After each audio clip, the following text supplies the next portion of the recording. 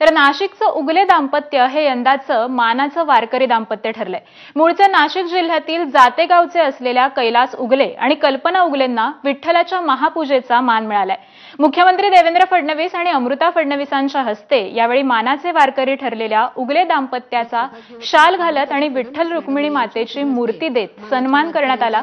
तर उगले दाम्पत्याला 1 वर्षाचा एसटीचा मोफत प्रवासाचा पास देखील यावेळी देण्यात आलेला आहे। नामदार देवेंद्रजी फडणवीस साहेब व सौभाग्यवती अमृताजी फडणवीस मॅडम यांच्या शुभ हस्ते या ठिकाणी मानाच्या वारकऱ्यांचा सन्माननीय नामदार देवेंद्रजी फडणवीस साहेब व सौभाग्यवती अमृताजी फडणवीस मॅडम यांच्या शुभ हस्ते त्याचबरोबर विठ्ठल मंदिर समितीतर्फे मुख्यमंत्री देवेंद्र फडणवीस आणि अमृता फडणवीस यांचा देखील शाल घालून सन्मान करण्यात आला। मंदिर समितीच्या गहिनीनाथ महाराजांच्या हस्ते मुख्यमंत्र्यांचा सन्मान करण्यात आला। यावेळी गहिनीनाथ महाराजांनी आषाढीसाठी वारकऱ्यांना ज्या सोयी सुविधा यंदा उपलब्ध करून दिल्या आहेत त्याबद्दल मुख्यमंत्र्यांचे आभार मानले। त्यांनी नेमकं काय म्हटलंय तेही आपण पाहूयात।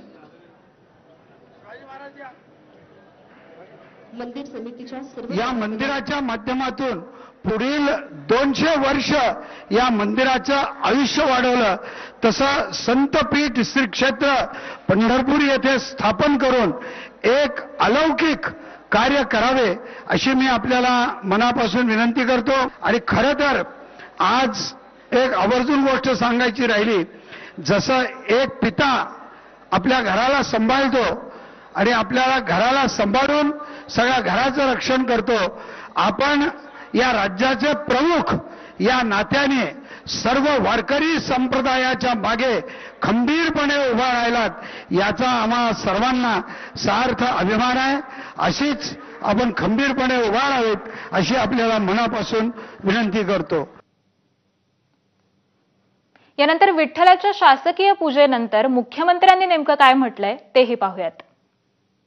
माऊली ही खरं म्हणजे आमच्या बळीराजाला शक्ती देणारी अशा प्रकारची देवता आहे आणि म्हणून आमच्या बळीराजाला यावर्षी चांगलं पीक व्हावं, त्याच्या जीवनात आनंदाचे 4 क्षण यावेत अशा प्रकारची प्रार्थना देखील माऊलीच्या चरणी केली। पंढरपूर कॉरिडॉरच्या संदर्भात सगळ्यांना विश्वासात घेऊनच या ठिकाणी आम्ही काम करतो आहोत।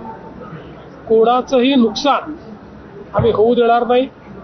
तो दुकानदार असो, तो घर मालक असो, तो सामान्य माणूस असो, कोणाचंही नुकसान न करता सगळ्यांचं योग्य पुनर्वसन करून या ठिकाणी हा कॉरिडॉर आपण तयार करणार आहोत। मंदिर हे भक्तांच्याच हातामध्ये असावं, मात्र ज्या ठिकाणी कारभार खूप मोठा होतो अशा ठिकाणी आपल्याला अशा प्रकारे कायदा करावा लागतो। कायदा केला याचा अर्थ त्याचं सरकारीकरण केलं असं होत नाही, हे सरकारीकरण नाही आहे। या कायद्याच्या माध्यमातून त्याचं व्यवस्थापन चांगल्या प्रकारे चालावं अशा प्रकारचा आपला प्रयत्न आहे।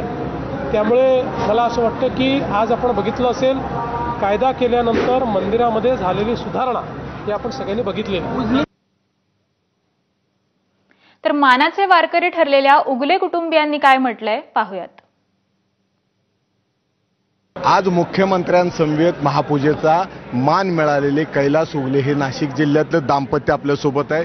माऊली, आज विठ्ठलाचं दर्शन नाही तर महापूजा करायला योग मिळालाय, काय भावना आहेत? हो, त्याचं काय सांगायचं, एकदम काय बोलावं तेच ते इतके आनंद झाला। काय वाटलं होतं तुम्हाला नंबर लागेल? नाही, अजिबात नाही, स्वप्नात बी वाटलं असं घडलं असं। बर, किती वर्ष वारी करता? 15 वर्ष झाले। बर, काय व्यवसाय उद्योग काय? शेतीचा उद्योग। शेतीच आहे। 15 वर्ष पायी वारी करता? नाही, पायीच वारी करता। पायीच वारी करता।